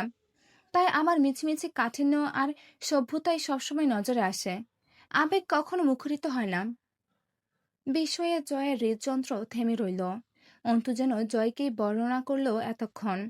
এত গাঢ় মিল আর বৈশিষ্ট্যগত সাদৃশ্য নিয়েও তারা দুজন দুজনের থেকে কত দূরে, কত বিরোধ তাদের মাঝে। অথচ ঘটনগত দিকটা এক সুতোয় গিঁট দেয়া। প্রতিটা বৈশিষ্ট্যে অন্তু জয়ের মাফিক। শুধু মেয়েটার শক্তি নেই জয়ের মতো। তাই বুঝি এত দুর্ভোগ। জয়েরও তো ছিল না এককালে। জয়ের মাঝে নিজেকে লুকানোর পদ্ধতিতে কেবল অল্প ফারাক আছে। জয়ের হাতিয়ার রসিকতা, অন্তুর গাম্ভীর্য। জয় খানিকক্ষণ তাকিয়ে রইল, তারপর মাথা নাড়ল। মানছি। জয় আরেক লুকমা খাবার চিবিয়ে শেষ করে বলল, মেয়েদের এত গাম্ভীর্য ভালো না। কি ভালো তবে? ফ্যাচ করে কাদা, শুধুই স্বামীর সেবা করা। স্বামী তার যেমনই হোক। আর কুকুর বেড়ালের মতো বছরের বছরে শুধু বাচ্চা জন্ম দেয়া। স্বামী যাই করে বেড়াক, দুমুঠো ভাত পেলেই হলো। মারধরগুলো নীরবে সহ্য করে চিহ্ন লুকাতে শাড়ির আঁচল বাড়িয়ে পড়া। জাহিলি যুগের মেয়ে না আমি। জয় সন্তুষ্ট হাসে। একসময় হাসিটা প্রসারিত হতে হতে সুবিশাল হয়ে ওঠে। আস্তে করে উচ্চারণ করে, অস্থির চিন্তাধারা মাইরি। Damn damn. শব্দ করে হেসে ফেলল। ঘরোয়ালি, তুমি মাল্টিপল পার্সোনালিটিতে চলে গেছ। নিজের এক সত্তা তোমাকে ধিক্কার দিলে আরেক সত্তা তার প্রতিবাদ করে। নিজের সাথে খুব তর্ক হয়, তাই না? এটা খারাপ না বটে। আপনারও আছে রোগটা। তুমি কি করে জানলে? মুখ ফসকে বলে ফেলল জয়, অবাক হয়ে। অন্তু হাসল। আপনার এক সত্তা বলে আপনি পাপ করছেন, যা করছেন তা ঠিক নয়। আরেক সত্তা তার বিরোধিতা করে পয়েন্ট কাটিয়ে দেয়, যেটাকে আপনি বলেন। জয় আমির কখনোই নিজের কর্ম নিয়ে আফসোস করে না। জয় বাকরুদ্ধ হয়ে চেয়ে রইল। অন্তু নিজে থেকেই আলতো হাসে। আমার 90% পড়া ও আত্মস্থ করা বই আপনি, জয় আমির। এতগুলো দিন শুধু বোকামিই করিনি, কিছু ন্যাকামিও করেছি, যেটাকে হিপোক্রাইসিস বলা হয়। চোখ মারলে অন্তু। তার বদলে অবশ্য স্থায়ী বিনিময় শোধ করেছি কিছু। জয় আবল তাবল বলল যেন, আমার মনে হয় তুমি আমার প্রেমে পড়ে যাচ্ছ ঘরওয়ালি। না বাসলেও ভালোবাসবে একটু দিন গেলে। অন্ত গম্ভীর চোখে চেয়ে মসৃণ স্মিত হাসল। সূর্য পশ্চিমে উদিত হয়ে পূর্বে অস্তমিত হতেই পারে। জয় হু হু করে হেসে ফেলল। হতেই পারে? তাহলে তো হলোই। সূত্রানুযায়ী আমিও আপনাকে ভালোবাসতেই পারি। জয়ের হাসি ঠোঁটেই রইল, শুধু সেটার জ্যোতি নিভে অন্ধকার হয়ে এলো হাসিটা। অন্তু খাবার এগিয়ে নিয়ে গেলে জয় মানা করল, আর খাবো না। আর কিছুটা আছে, নিন। খেতে ইচ্ছে করছে না আর। জোর করো না ঘরওয়ালি। সে উদাস পায়ে উঠে দাঁড়ায়, সিগারেট ধরিয়ে ধোঁয়া গেলতে থাকে। অন্ত প্লেট রেখে এক গ্লাস পানি এনে ধরিয়ে দেয়। জয় আনমনে ছিল, চমকে উঠে গ্লাস নেয়। জয় আচমকা জিজ্ঞেস করে, আমায় অনেকেই ঘৃণা করে, কোনোদিন কারণ জিজ্ঞেস করিনি, তোমায় করছি। মুখে কিছু না বলে শুধুই মুচকি হাসল। সেখানে কত জবাব শব্দহীন পড়ে আছে। সেসব চেপে বলল, আমি কৃতজ্ঞ আপনার ওপর, ধন্যবাদ। জয় বিভ্রান্ত হলো কিনা বোঝা গেল না। নারীর ছলনায় জয় আমিরের মতো পুরুষেরা কেমন প্রভাবিত হয় তা তার অভিব্যক্তিতে অন্তত ধরা গেল না। অন্ত বলল, কাল সকালে একটু ওই বাড়িতে যেতে চাইছি। কয়েক ঘন্টা থাকবো। একটা ছেলেকে সঙ্গে দেবেন। একা যেতে ভয় লাগে, চারিদিকে যা চলছে। এবার জয় অবাক অথবা সন্তুষ্ট হয়ে তাকায়। তার উপর অন্তুর এই ভরসা ভীষণ দুর্লভ। পরক্ষণে নিজেকে বকে উঠল। সকাল হতে হতে তুলির মেয়ের শরীর একেবারে নেতিয়ে পড়ল জ্বরের তোপে। তরুকে নিয়ে যেতে চাওয়া হলো, অথচ চাপা স্বভাবের মেয়েটা সকাল সকাল উঠে কাজবাজ করা শুরু করেছে। সে যাবে না। প্যারাসিটামল খেয়ে সে নাকি খুব চাঙ্গা বোধ করছে। তুলি রিমিকে সাথে নিয়ে মেয়েকে ডাক্তার দেখানোর উদ্দেশ্যে বেরিয়ে পড়ল। হামজার সঙ্গে দুজন ছেলেকে পাঠালো। তারা দূরে দূরে থাকবে, লক্ষ্য রাখবে ওদের। পৌরসভায় নতুন বাজেট বরাদ্দের কাজ চলছে। হামজা ওদিকেও বেশ ব্যস্ত। সকালে তাকে কার্যালয়ে চলে যেতে হলো। জয় তখনও ঘুমাচ্ছে। খানিক পর উঠে সেও কোথায় বেরিয়ে পড়বে। পলাশের খোঁজ পেয়েছে। পলাশ নাকি চেষ্টা করছে জয়ের নামে থানায় চাপা পড়ে থাকা পুরনো অভিযোগের ফাইল তাজা করতে। অন্তু তৈরি হয়ে বেরিয়ে পড়ল। রোদের তেজে মুখটা ঘেমে লাল হয়ে ওঠে, অথচ ঠোঁটে স্মিত হাসি। জয়ামিনের চোখের বিভ্রান্তি এত শান্তিদায়ক। ব্যবচ্ছেদ। অফ হোয়াইট রঙার দেয়ালের ডান পাশে একটি বর্ষপঞ্জিকা ঝুলছে। পাতাটা আগের মাসের। আজ সবে মাস বদলেছে। পঞ্জিকার পাতা উল্টানো হয়নি। সালটা ঠিক আছে, 2018 খ্রিস্টাব্দ। মাহাজাবিন স্থির দৃষ্টিতে চেয়ে ধীর পায়ে উঠে গিয়ে পাতাটা উল্টে দিল পঞ্জিকার। গত পরশু জুন মাসের 29 তারিখ জয়ামিরের 31তম জন্মদিন ছিল। আজ জুলাইয়ের 1 তারিখ যাচ্ছে, বিকেল হয়ে আসছে। জানালা বাইরের দিকে তাকিয়ে দেখলেন মিস ক্যাথরিন। মাহাজাবিন কাহিনীর মাঝে চট করে থেমেছে, এরপর উঠে গেছে পঞ্জিকা ঠিক করতে। এই মেয়েটা এত অদ্ভুত চলনের, বুঝতে পারেন না তিনি। মাহাজাবিন ফিরে এসে সোফাতে বসত ফের। তিনি খুবই বিরক্ত হলেন। ভ্রুকুচকে তাকালেন সম্মুখে বসে থাকা 26 বর্ষীয়া নারীটির পানে। অতি হালকা এক ধরনের নীল রং, যেটাকে বলা হয় ক্যাডেট ব্লু কালার। সেই রঙা খাদি কাপড়ের শাড়ি পরনে, বা হাতে জোড়া স্বর্ণের চুড়ি, গলায় চিকন সোনালি চেন। কুকরানো লম্বা চুলগুলো ঘাড়ের ওপর হাতে খোপা করা। কোনো প্রসাধনী নেই, তবু যেন কোনো অভিজাত কুমারিকা। কাজের চাপে নিজের বিশেষ যত্ন ছাড়াও এত অলংকারহীন ঐতিহ্য আর গাম্ভীর্য। রোজ মুগ্ধ হলেও সেদিকে তাকিয়েও মিস ক্যাথরিন বিরক্ত হলেন আজ। মাহাজাবিন চেয়ে আছে জানালার বাহিরে। শাড়ির বিশাল আঁচলটা বিছিয়ে আছে মেঝেতে, পা দুটো মেলে দেবার মতো বসে আছে। সোফার হাতলে হাত মেলে রেখেছে। রাজ্যের ভাবুকথা কাজলহীন চোখ দুটোয় উদাস উদ্দেশ্যহীন দৃষ্টিজোড়া প্রকৃতিতে বিছিয়ে আছে। চট করে কাহিনীর মাঝে থেমেছে, আর শুরু করছে না। তিনি বৈকালিক প্রার্থনা ভুলে শুনছেন কাহিনী। তাতেও বেশ বিরক্তই হচ্ছিলেন বটে। আজ এই মেয়েকে দেখে কে বলবে সে একসময় এত হুটমেজাজি ছিল। সমুদ্রের মতো গভীরতা, নিশ্চুপ চলন, বিনয়ী ভঙ্গিমা, শব্দহীন পদক্ষেপ আজ তার। সেসব কি পূর্বের সেই হুটহাট খেপে ওঠা অভিজ্ঞতারই প্রাপ্তি? কিছু বলতে যাবেন তার আগেই মাহাজাবিন হাত উঁচিয়ে ধরে মুচকি হেসে বলল, ক্ষমা চাইছি মাধাম, একটু বিরতি প্রয়োজন আমার। 1 কাপ চায়ের তৃষ্ণা পেয়েছে, তা মিটিয়ে বরং আপনার প্রশ্নের উত্তর দিই। তখনও দৃষ্টি জানালার বাইরেই। ওভাবেই মাহাজাবিন ডাকল, লতা, 2 কাপ চা করে দে। এরপর জানালা থেকে নজর ফেরালো, মুচকি হেসে বলল, আপনার প্রশ্ন করুন এবার। অনেক প্রশ্ন করেছি যাবৎ, কোনোটারই উত্তর না দিয়ে একরোখার মতো গল্প বলে গেছ। অসন্তুষ্ট হবেন না, এবার কিন্তু আমি নিজেই প্রশ্ন করতে বলছি। ঠিক আছে, সব পরে হবে। আগে এটা বলো, তুমি মাইন্ড ট্রায়াঙ্গেল ইন্টারজেক্ট প্লে করেছো ওদের সঙ্গে? ভ্রু উঁচিয়ে ফেললেন মিস ক্যাথরিন। তা বলছেন কেন? মনে হলো। না, সেসব পারি না আমি। ঈশ্বরের দোহাই, মিথ্যে বলবে না। জয়ামির এই পর্যায়ে তোমার প্রতি মনোযোগী হয়ে উঠেছিল, তাতে কি প্রমাণিত হয়? তুমি তো এটাই চাইতে, তার জীবনের প্রতি মোহ জন্মাক। তার সাথে শুধুই লড়াই চলেছে আমার, সেটাও আমার খালি হাতের। এত গভীরভাবে ভাবছেন কেন? মিস ক্যাথরিন হাসলেন। সংসার ত্যাগ কি অভাবকেরা করে? তোমার রুক্ষ আচরণ জয়ামিরকে তোমার দিকে মনোযোগী করেছিল, আর সেই মনোযোগ তোমাকে নিয়ে তাকে ভাবতে বাধ্য করেছে। আর তা থেকে তোমার প্রতি সে, কারণ তুমি ছিলে সবার থেকে ব্যতিক্রম তার দৃষ্টিকোণে। তার সম্মুখে তুমিই প্রথম কেউ যে তাকে সমীহ না করে ধিক্কার জানিয়েছে বারবার। বিয়ের পরে কি এই কাজটা ইচ্ছাকৃত একবারও করনি? মাহাজাবিন অদ্ভুত সূক্ষ্ম হাসল।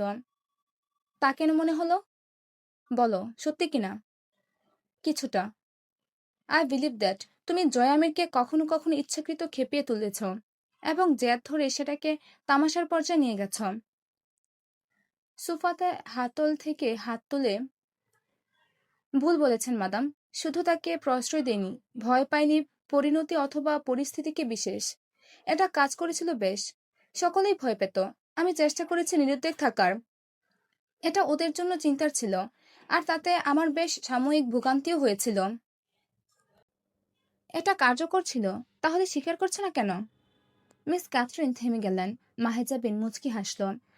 তিনি চট করে বললেন, আচ্ছা, জয়ামির ভালোবেসেছে তোমায়? জিজ্ঞেস করিনি কখনো। তুমি কোনগুলোকে নিজের বোকামি বলো?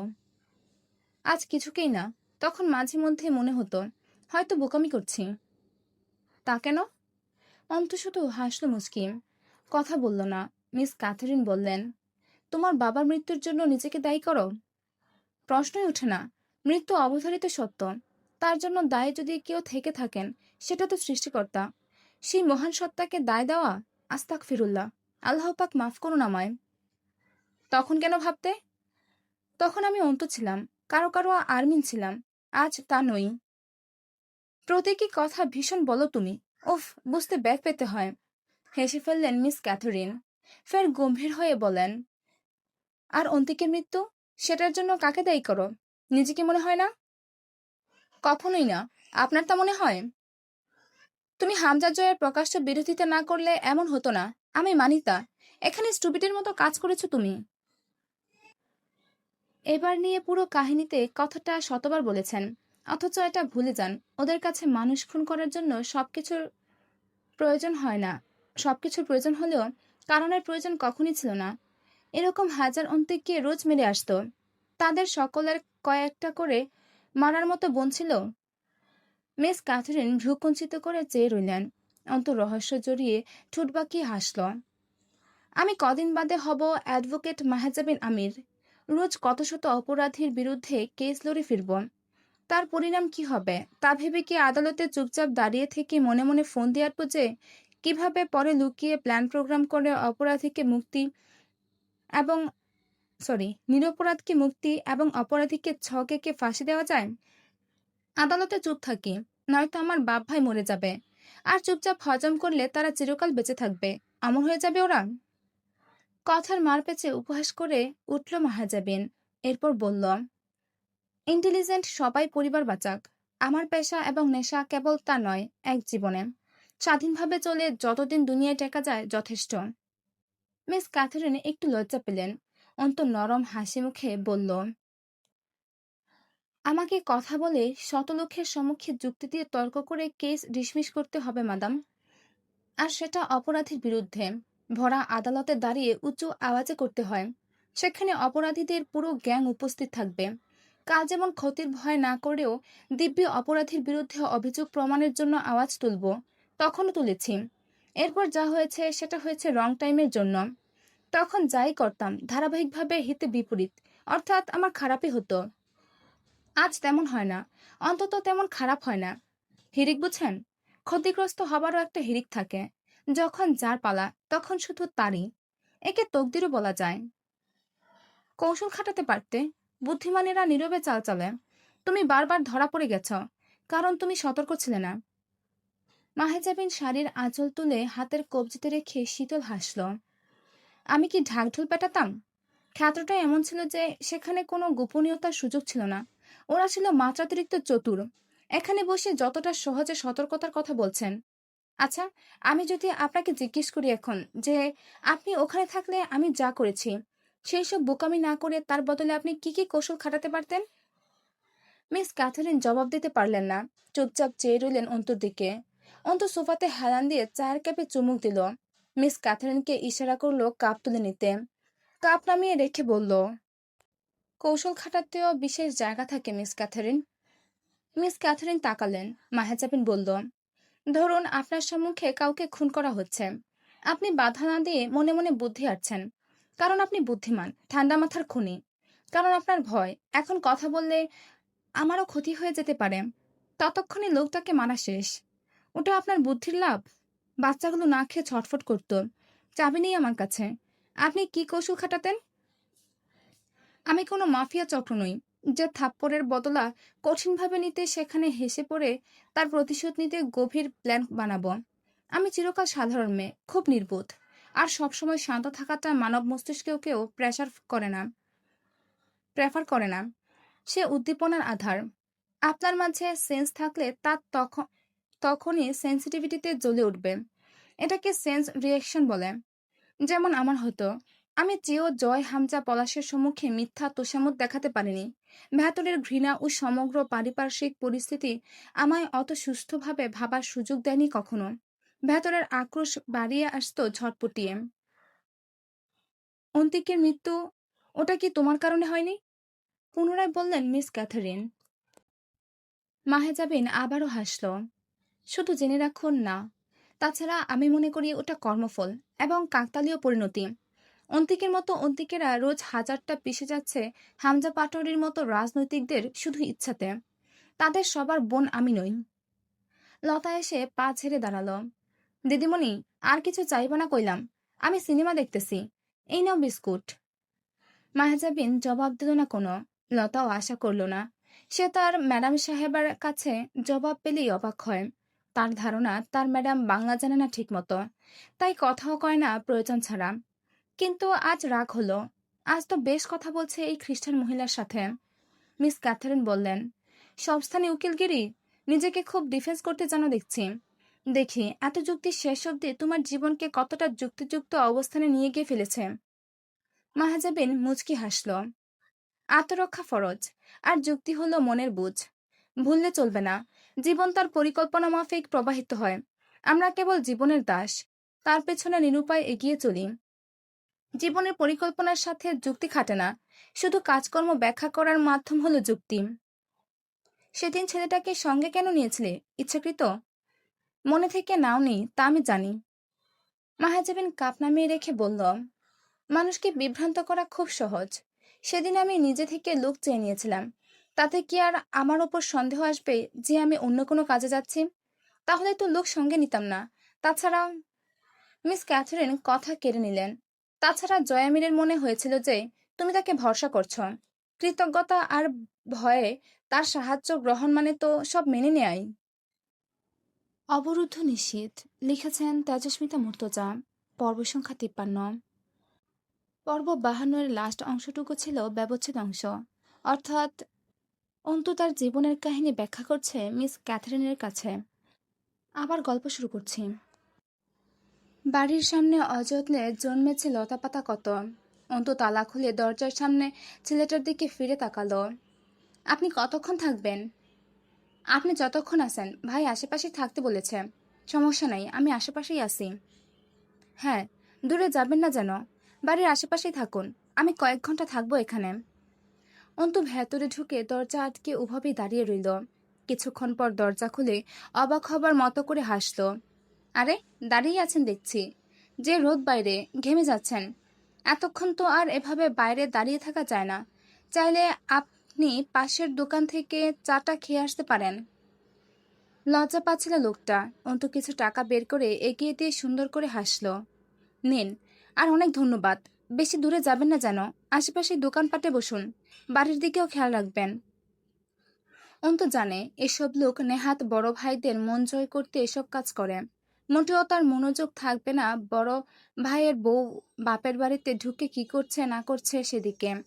আন্তরিকতা শূন্য তেলবাজি যাকে বলে, যেটা সে পারে না। এইসব পার্টির ছেলেরা খুব জানে। লোকটা চলে যাবার পর অনেকদিন পর অন্তু নিজের পুরাতন বোরখাটা পরল। গায়ে চড়ানোর সময় বুক আটকে আসছিল। ধমকে নিজেকে সামলে ওড়না দিয়ে মুখটাও আবৃত করে নিল। বহুদিন পর এই সম্মানিত পোশাক গায়ে চড়িয়ে নিজেকে খুব অপরাধী লাগছিল।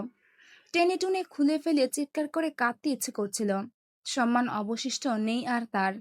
তার সম্মানে আবৃত শরীরটাকে অনাবৃত করে লোকচোখের লোভী চাহনি ও মিথ্যা নাটকীয় অপবাদের আঘাতে ছিন্নভিন্ন করা পুরুষটা আজ তার স্বামী। আর আজ সেও মন ও চলনের দিক থেকে সেই সরল শুদ্ধ মেয়েটা নেই পুরোপুরি।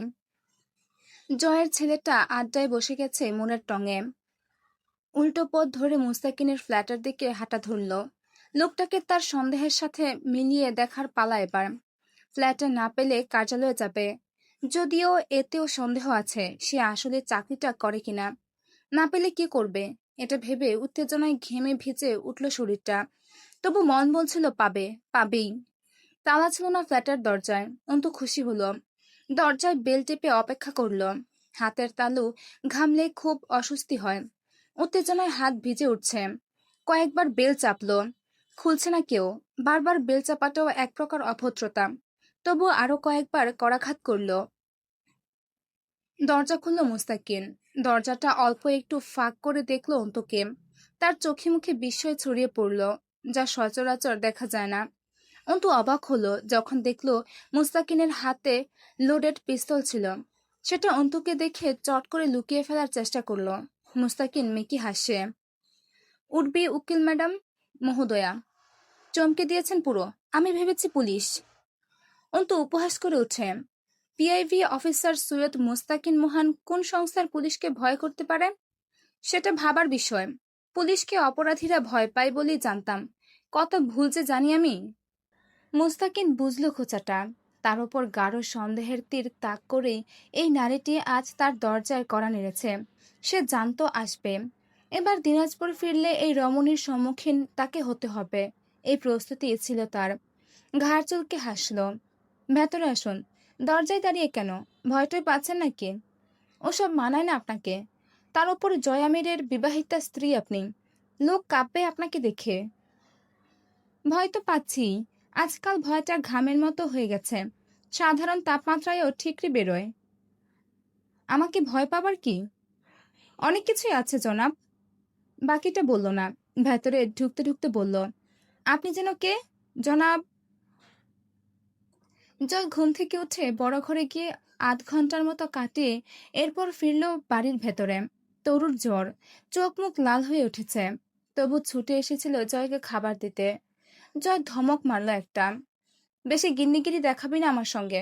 আমার লম্বা দুটো হাত আছে, বেড়ে নিয়ে খাচ্ছি। তুই তৈরি হয়ে নে। চল, তোকে ডাক্তার দেখিয়ে এরপর যাব কাজে। আমি সুস্থ আছি। থাপড়ে কান গরম করে দেব। চোখ উল্টে মুখ ভ্যাংচালো। আমি সুস্থ, আমার কিছুই হয় নাই। সিনেমা করো? ওই চেংড়ি, খাইছিস সকালে? বস। তরু হেসে ফেলল। জ্বরের তোপে শুকনো মুখের হাসি মেয়েটার মুখে অদ্ভুত দেখালো। জয় মায়া ভরে চেয়ে থেকে নরম স্বরে বলল, বস, আয় একসাথে খাই। একা একা খাইতে ভাল লাগে না আমার।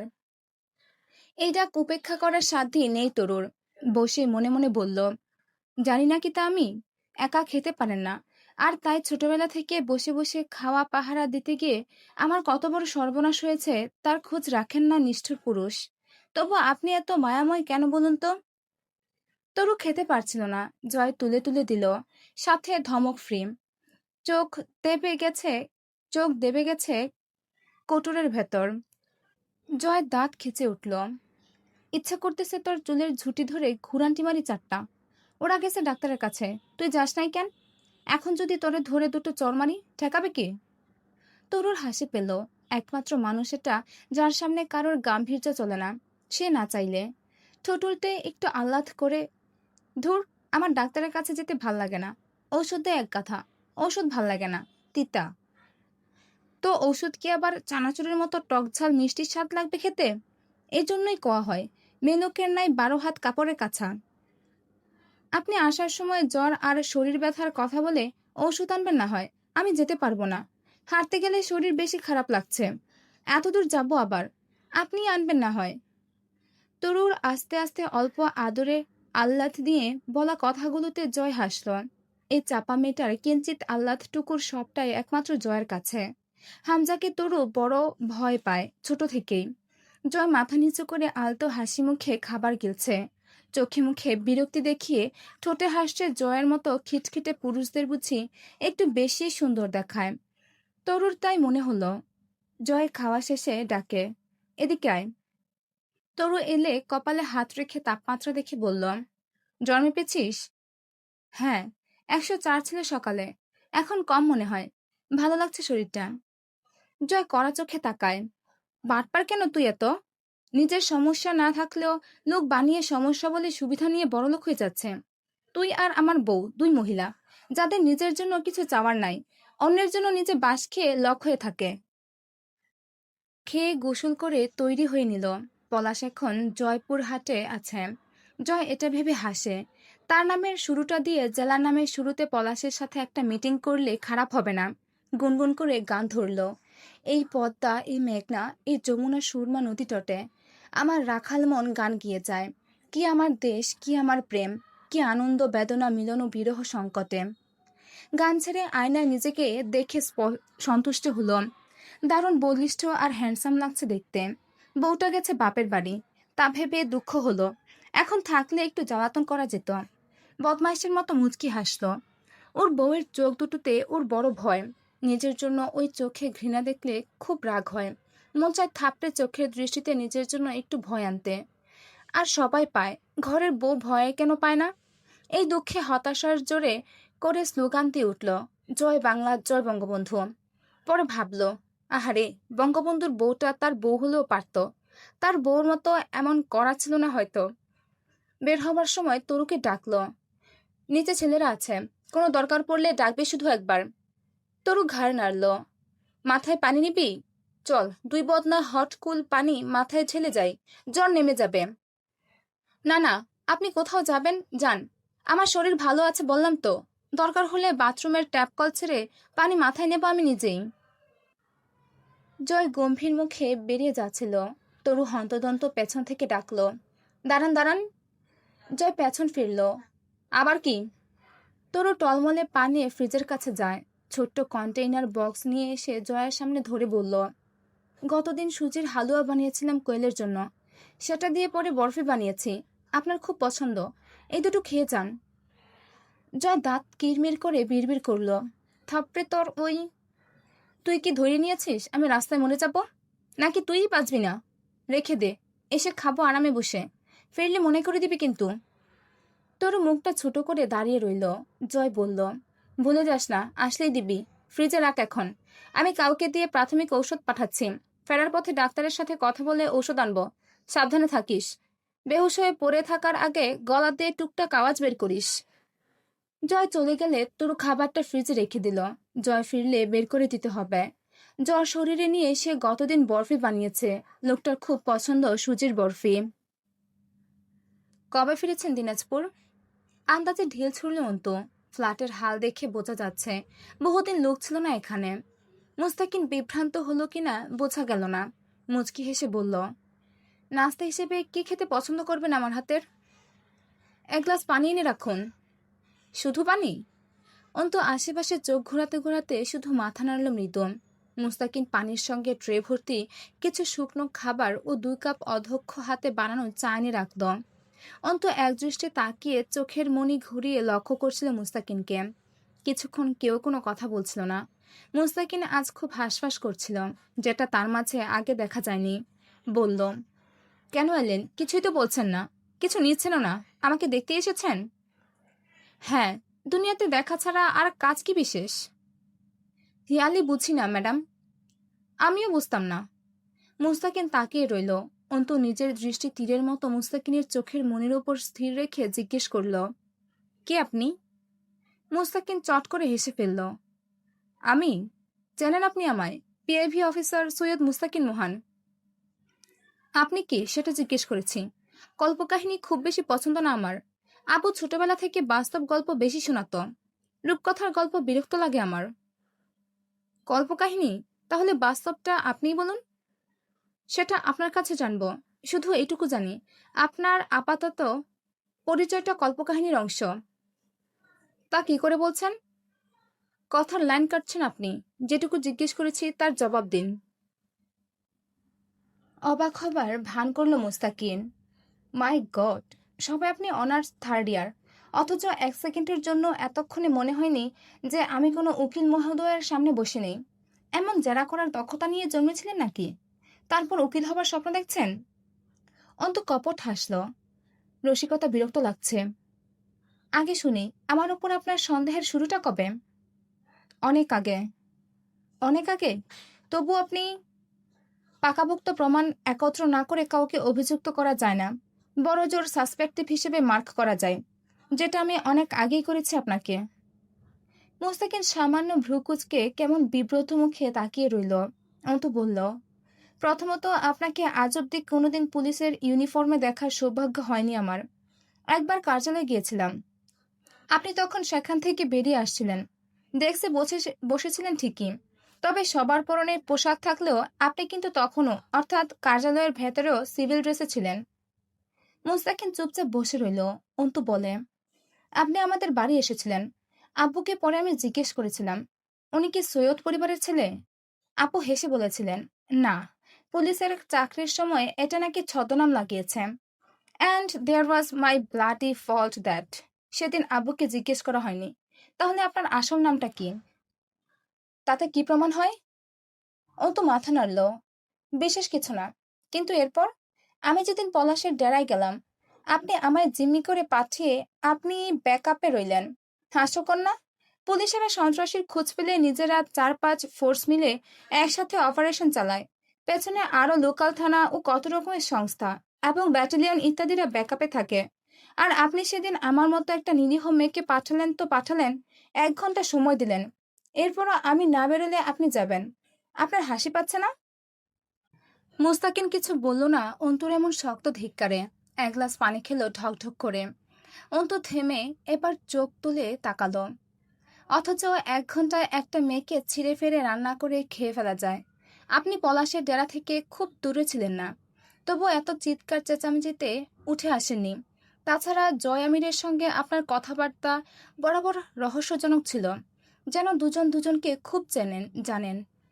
আমার সঙ্গে যখন জয় আমির মজার খেলা খেলছিল, তখন আপনি নাকি জেলার বাইরে ছিলেন। আমার তথাকথিত বিয়ে হলো, আব্বুর ইন্তেকাল হলো, দান খয়রাত হলো সেই উপলক্ষে। এরপর আপনি একদিন চট করে ফিরলেন। আপনার পরিবারের ব্যাপারে জিজ্ঞেস করলাম, এড়িয়ে গেলেন। অন্তু থেমে কপাল চুলকালো। ধুর, এত ফিলিস্তি দিতে ভালো লাগছে না। মোট কথা, সাসপেকশন আপনার উপর আমার বহুদিনের, কিন্তু আজকের আগে বিশেষ প্রয়োজন বোধ করিনি তা ক্লিয়ার করার, তাই জানতে আসিনি। মুস্তাকিন চুপচাপ বসেছিল। এবার জিজ্ঞেস করলো, আজ এমন কি বিশেষ হয়েছে যে জানতে এসেছেন? অন্তু কোনো কথা না বলে কেবল সামান্য হাসল যেন। সৈয়দ মুরসালিন মোহানের বোন সৈয়দ মুমতাহিনা মোহান। কিন্তু আরেকটা কথা থেকে যায়, সেটা হলো মুমতাহিনার বাইকে জয়ামের খুন করেছে। কিন্তু সেটা মুরসালিন নয়, কারণ মুরসালিন এখনো জীবিত। তাহলে মৃত ভাইটা কে? এটা ভাবতে গিয়ে ও তো খুঁজে পেয়েছিল সৈয়দ মুস্তাকিন মোহান নামটা। অথচ যখনই তার চেনা জানা সৈয়দ মুস্তাকিন মোহানের মুখটা ভেসে উঠেছিল চোখের সামনে, বিষয়টা খাপে খাপ খায়নি। এই মুস্তাকিন মোহানের জন্য অন্তর মনে মনে যে সন্দেহ গেঁথেছিল, তা ছিল এই লোকটা একটা ছদ্মবেশী ভণ্ড। জয়ামির ভণ্ডদেরকে দেখতে পারে না, মুস্তাকিনকেও দেখতে পারত না। অথচ মুরসালিনের চোখের আগুন বলেছিল, ওর ভাই ওর মতোই আগুনের দোলা হবে। সৈয়দ পরিবারের রক্তে ভণ্ডামি আর কুলুষ থাকতে পারে না, এটা যেন কেউ অন্তকে ডেকে বলেছিল। যে মুরসালিন বোনের সম্মান ও প্রাণহানির বদলায় হুমায়ুন পাটোয়ারির মতো জানোয়ারটাকে কম বেশি 70টা ছুরিকাঘাত করে মারতে পারে, তার সাথে অন্তুর জানা মুস্তাকিন মোহান মেলানি মুরসালিনের ভাই হিসেবে মুমতাহিনার আরেক ভাই এই মুস্তাকিন মোহান হতে পারে না। এই বিষয়টা অন্তু সেদিন বড় ঘরে দাঁড়িয়ে মাত্র কয়েক সেকেন্ডে কষেছিল। এরপর বসে পড়েছিল লোহার ভীমের উপর। এই সব কিছুই চেপে শুধু জিজ্ঞেস করল, আপনি কে? মুস্তাকিন এতক্ষণে হাসল মৃদু। আমি? জি, আপনি। কে আপনি? আমি পরাগ আজকর। সরি, আমি জানি না জারজ বাপের নামের সারনেম জারজ সন্তান ব্যবহার করতে পারে কিনা, কারণ আমার নামটাকেই কখনো ব্যবহার করতে দেয়া হয়নি কোথাও। সারনেমের প্রশ্নই ওঠে না। স্কুলে আমার নাম পারভেজ দেওয়া হয়েছিল। অন্ত ভ্রু কুচকাল। আপনি পলাশ আজগরের ভাই? পরাগ দুপাশে মাথা নাড়ে। আমি রূপকথা আজগরের সৎ ও জারজ ভাই। অর্থাৎ আপনার মা রূপকথার মা এক নয়। আমার মা সালমা বেগম, আপনাদের ভার্সিটির খণ্ডকালীন আয়া। রূপকথার মা রূপকথাকে ছোট রেখে বাপের বাড়ি চলে গেছিল, পরে অন্য ঘরে বিয়ে হয়েছে। অন্তু কপাল চেপে ধরে চুপ করে বসেছিল বেশ কিছুক্ষণ। পরাগ চায়ের চুমুক দিচ্ছিল শব্দ করে। অন্তু জিজ্ঞেস করল, সৈয়দ মুস্তাকিন মোহানটা কে? আপনার অতি পরমেশ্বরকে জিজ্ঞেস করবেন, সে ভালো বলতে পারবে। সে কি জীবিত? তাকে জয় আমির নিজ হাতে খুন করেছে। শুধুই কি রাজনৈতিক রেষারেষি? এছাড়া অন্য কিছু আছে যা শুধু জয় আমিরই জানে হয়তো। আমি যেটুকু জানি শুধুই ধান্দা পার্টনার হিসেবে। আপনার স্বামী মালটা ব্যাপক চাপা আর ঘাউড়া, সহজ জিনিস না। আজ চট করে মুস্তাকিনের চিরচেনা ভদ্রতায় পরাগের অসভ্যতা ফুটে উঠছিল একটু একটু করে। আপনি সৈয়দ মুস্তাকিন মোহানের নাম ধারণ কেন করেছিলেন? সে আইনের কর্মকর্তা ছিল, আমারও সেরকমই একটা মিছিমিছি পদের দরকার ছিল। অন্ত কয়েক সেকেন্ড চুপচাপ থেকে আন্দাজ থেকে বাকিটা বলল, তাকে খুন করার পর তার স্থল পলাশ আজগর আপনাকে দিয়েছিল আপনাদের অনৈতিক ব্যবসা ডিফেন্স করার জন্য। বাহবা দেবার মতো ঠোঁট ফুলিয়ে নাটকীয়তা নিয়ে পরাগ বলল, আধ্যাত্মিক চিন্তাধারা ম্যাডাম, শুধুই সাধারণ জ্ঞান। কিন্তু এমনও কি হয়, একজন মৃত আইন কর্মকর্তার জায়গা নিয়ে আপনি তার স্থলে তার নাম নিয়ে অন ডিউটিতেও থেকেছেন? প্রতিটা থানা ও তদন্ত সংস্থায় যদি আমার পেইড এজেন্ট রাখতে পারি গাধা করে, এ আর এমন কি? তাছাড়া ওপর মহলের আদেশে মুস্তাকিন মোহানের ওপরের টিকিট কাটা হয়ে গেছিল। আদেশ ছিল টুপ করে যেন ওকে কোনো কেসে অভিযুক্ত করে ফাঁসিয়ে দেয়া অথবা দুনিয়া থেকে সরিয়ে দেবার। কিন্তু তার আগে জয়ামির তাকে টপকে দিয়েছে। এটা কতদিন আগের ঘটনা? 2013 এর মাঝামাঝি। তবে আমাকে এর ফায়দা দেয়া হয়েছিল মাস কয়েক আগে। আমি শুধু অফিসারের রোল প্লে করেছিলাম লোকের সামনে। কার্যালয়ের ভেতরের কোনো কাজে আমার হস্তক্ষেপ ছিল না। সরকারি কার্যালয়ের ব্যাপার স্যাপার অতিরিক্ত সহজও না। তবে মাল ছাড়লে আর পাওয়ার থাকলে কঠিনও না। সবাই টাকার বিনিময়ে আমাকে মুস্তাকিন মোহানের পদের অফিসারের মতো ট্রিট করেছে। অন্ত চুপচাপ বসে রইল মেঝের দিকে তাকিয়ে। মুস্তাকিন মোহান নিশ্চয়ই আইনের কর্মকর্তা হয়েও ক্ষমতাসীন দলের বিপক্ষ আচরণ করেছিল প্রকটভাবে, তাই তাকে সরিয়ে দেবার অর্ডার এসেছিল। এমন কত জজ, ব্যারিস্টার, মেজর, কত রকম কর্মী তো বরখাস্ত হলো অথবা জীবন দিয়ে মূল্য শোধ করে গেল সেই ভয়ানক সময়টাতে। আব্বু এসব বলতো টুকটাক, শুধুই অন্যায়ের বিরুদ্ধে মৃদু আওয়াজ তোলার দায়ে নয় কি এসব, এবং কিসের কর্তব্য নিষ্ঠার সাথে পালন করতে চাওয়ার অপরাধে। অন্তু ভাবে, তাহলে সে আর এমন কি হারিয়েছে? সে তো এখনো জীবিত। সে এমন চুনোপুটি হয়ে যা টুকটাক কথা বলেছে হিসেবে তার সাথে কমই বিট্রে হয়েছে। অন্তর ভেতরটা এক প্রকার নিদারুণ শক্তিতে গমগম করে উঠল। সে একা বেঁচে আছে জয়ামিরের সুপ্ত ইচ্ছার জোরে। জয়ামিরকে সেটুকুর কৃতজ্ঞতা, আর বাকিটা অথবা অনির্দিষ্ট হারে অগ্রহণযোগ্যতা। পরাগের জীবন কাহিনীর ব্যাপারে জিজ্ঞাসাবাদ এখনো বাকি। দুপুর 11:30 বাজছে। গরম বাড়ছে প্রকৃতিতে। তরুকে ঔষধ দিয়ে গেল একটা ছেলে, দুটো ব্যথার, কয়েকটা প্যারাসিটামল এবং গ্যাসের ওষুধ। জয় পাঠিয়েছে। হাতুড়ি ডাক্তারদের প্রাথমিক চিকিৎসা। খেল না সেসব। ঔষধ তার জন্মের শত্রু। ঘড়ির কাঁটায় তখন দুপুর 12টা ছুঁই ছুঁই। শরীর একেবারে আউলে গেছে তখন। কোনো মতো হুঁশ আছে যেন। মাথার ব্যথা ও সর্দিতে গোটা মুখ গোলের সাইনাস ভেঙে চুরে আসছিল। অসহ্য ব্যথায় ছটফট করছিল বসার ঘরের সোফাতে আধশোয়া হয়ে বসে। রিমি ও তুলি মেয়েকে প্রাইভেট অ্যাপার্টমেন্টে দেখাতে গেছে। অনেকক্ষণের ব্যাপার। সিরিয়াল দিয়ে বসে থাকতে হবে। কখন ফিরবে জানা নেই। এখন মনে হচ্ছিল সে সঙ্গে গেলেই পারত। ঠান্ডার প্রকোপে শ্বাস প্রশ্বাস আটকে আসছিল। বেলা 12টার পর দরজায় কড়াঘাত পড়ল। অন্তু এসেছে নিশ্চিত সে। খুশি হলো। এই মেয়ে এখন জোর করে ওকে নিয়ে ডাক্তারের কাছে নিয়ে গিয়ে ছাড়বে। এখন আর না গেলেই নয়। অন্তুকে খুব প্রয়োজন ওর। ওই মেয়ে গম্ভীর মুখে দুটো ধমক মারবে, এরপর জোর করে হাসপাতালে নিয়ে যাবে।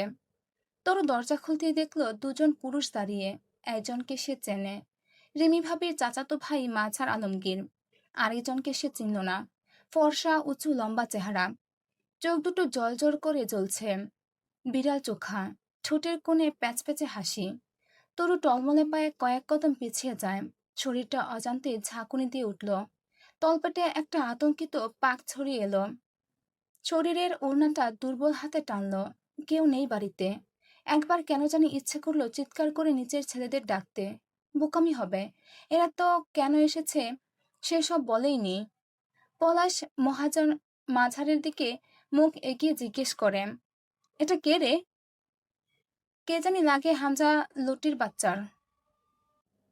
পলাশ ঠোঁট হেলিয়ে মাথা দুলিয়ে হাসল, ঠিক যেমন রক্তচোষা প্রাণীরা। রক্তের গন্ধে তাদের জিভ লক লক করে ওঠে, অমন উজ্জ্বল হয়ে উঠল পলাশের চোখ মুখের ভাষা। তরু কম্পমান গলা জিজ্ঞেস করে, আপনারা কেন এসেছেন? কিছু দরকার? কেউ তো বাসায় নি আমি ছাড়া। চলবে তো তাতেই, আর কাউকে আপাতত দরকার নেই।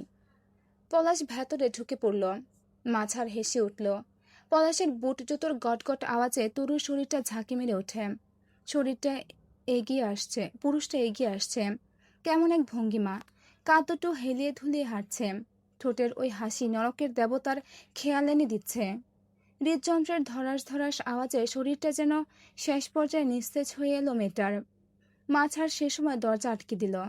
মাথা টলছিল তরুর। ওর ক্ষমতা নেই দাঁড়িয়ে থাকার। অন্তুর মুখটা ভাসছিল খুব তখন। তার স্থলে অন্তু হলে এতক্ষণে নিশ্চিত দৌড়ে গিয়ে রান্নাঘর থেকে বটি নিয়ে এসে সামনে দাঁড়াতো। মাথাটা চক্কর মেরে উঠছে, চোখ ঝাপসা হয়ে আসছে, পা টাল হয়ে আসছিল তরুর। খানিক বাদে জোহরের আজান পড়বে। জয় কোথায়? সে এতক্ষণ রাস্তায় পলাশের খোঁজে।